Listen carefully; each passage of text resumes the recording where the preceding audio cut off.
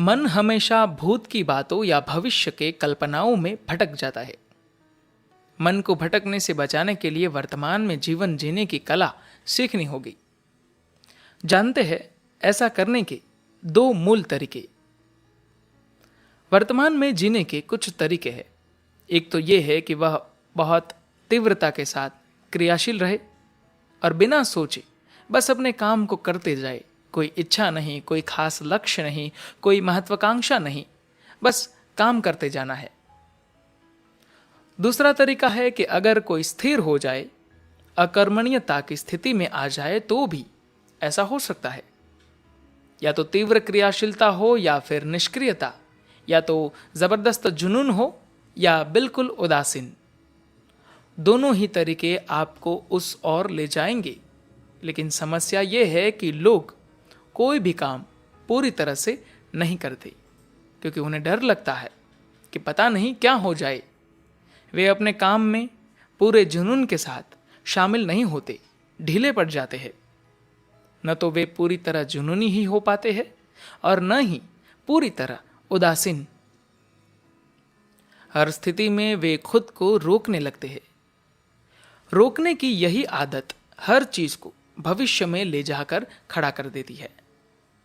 ज्ञान प्राप्ति भी इसीलिए भविष्य में है, क्योंकि चीजों को रोकने की हमारी आदत हो गई है। हमारे भीतर जीवन को सुरक्षित रखने की जो सहज प्रवृत्ति होती है, उसकी वजह से ही यह रोकने की आदत है। जीवित रहने की यह प्रवृत्ति हमारे भीतर बड़े गहरे बैठी हुई है। हम जहां भी जाते हैं यही सोचते हैं कि खुद को कैसे बचाकर रखा जाए। यहां तक कि धर्म और अध्यात्म को भी खुद को बचाए रखने का साधन बना दिया गया है। धर्म और अध्यात्म आपको बचाने के लिए नहीं है, यह तो खुद को तपाने के लिए, तैयार करने के लिए है, वह भी पूरी जागरूकता के साथ। कोई और मुझे नहीं तपा रहा है, खुद मैं अपने आप को तपा रहा हूं। अब अगर आप खुद को बचाने की कोशिश में लगे हैं या इस उम्मीद में है कि ईश्वर आपको बचा लेगा, तो आप बस खुद को बचाए रखने की प्रवृत्ति को और मजबूत बना रहे हैं। इसका कोई दूसरा मतलब नहीं है। हमें कम से कम अपने जीवन यापन की प्रक्रिया को अपने दिमाग और हाथ पैर का इस्तेमाल करके सहज और सरल तरीके से संभालना चाहिए। अपनी जीवन रक्षा के लिए हमें किसी ईश्वरीय शक्ति को बीच में लाने की जरूरत नहीं है। लेकिन आजकल इसी का पूरा खेल है। लोग ध्यान इसलिए करते हैं कि जीवन सुरक्षित रह सके, प्रार्थना इसलिए करते हैं कि सुरक्षित रह सके। इस दुनिया में 99% प्रार्थनाओं में ईश्वर से कुछ न कुछ मांगा जाता है या सुरक्षा की गुहार लगाई जाती है। मैं तो यहां तक कहूंगा कि 99% लोग प्रार्थना इसलिए करते हैं क्योंकि उनके भीतर कहीं ना कहीं कोई डर है। अगर उनके भीतर कोई डर न होता तो वे प्रार्थना नहीं करते। जो लोग डर की वजह से प्रार्थना करते हैं, वे प्रार्थना के बारे में कुछ भी नहीं जानते। प्रार्थना तभी होती है जब आप पागलपन की हद तक किसी चीज के प्यार में होते हैं। लेकिन आप खुद को बचाने की कोशिश कर रहे हैं। आप कहीं कहीं पहुंचना चाहते हैं और इसके लिए आप प्रार्थना करते हैं। लोगों के लिए प्रार्थना बस एक करेंसी की तरह है, और ज्यादातर लोगों के लिए एक बेकार करेंसी की तरह। बहुत सारे लोग धनी बनने के लिए प्रार्थना कर रहे हैं, सफल होने के लिए प्रार्थना कर रहे हैं, तो कोई परीक्षा पास करने के लिए प्रार्थना कर रहा है। लेकिन मुझे लगता है कि ये वे लोग हैं जो ज्यादातर फेल हो जाते हैं। इसकी वजह यही है कि अपना काम सही तरीके से करने के बजाय वे लोग हर वक्त किसी ईश्वरीय शक्ति के हस्तक्षेप की बात सोचते रहते हैं। ऐसा कुछ भी नहीं होता।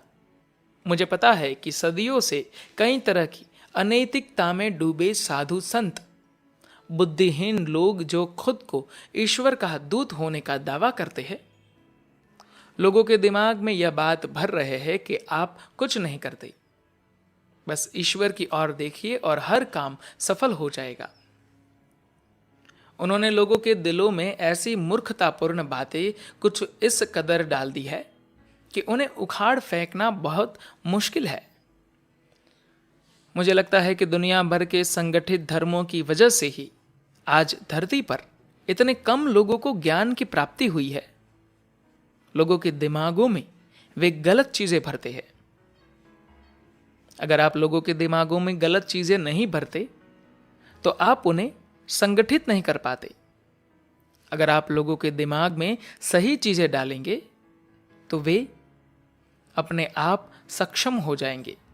तब आप बेकार की चीजों को करने के लिए उन्हें संगठित नहीं कर सकते। बिना मन के आप खुद को बोर महसूस करते हैं। इसलिए पूरे जीवन आप यही कोशिश करते रहे हैं कि मन की सक्रियता को कैसे बढ़ाया जाए।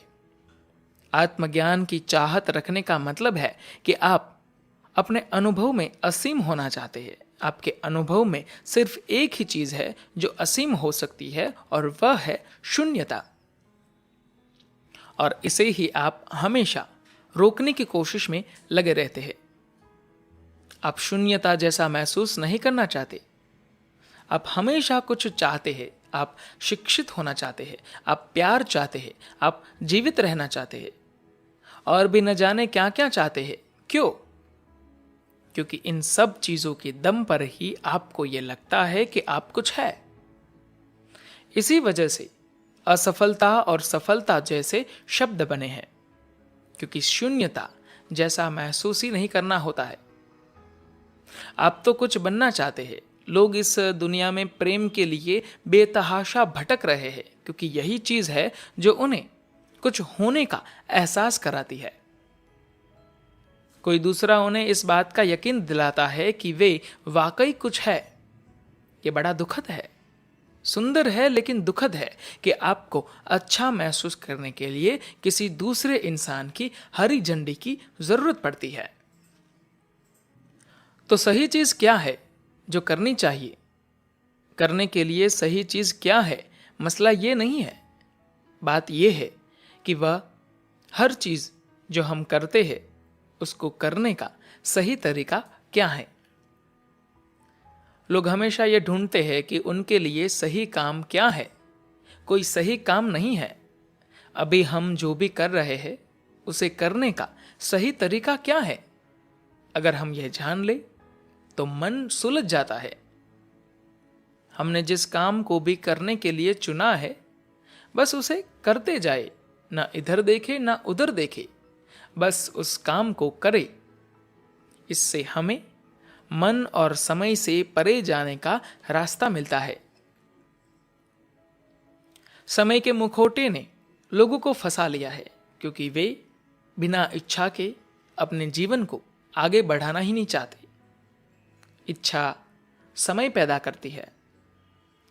अगर आप बिना किसी इच्छा के, बिना किसी विचार के यहां बैठ सके तो आपके लिए समय जैसी कोई चीज नहीं होगी।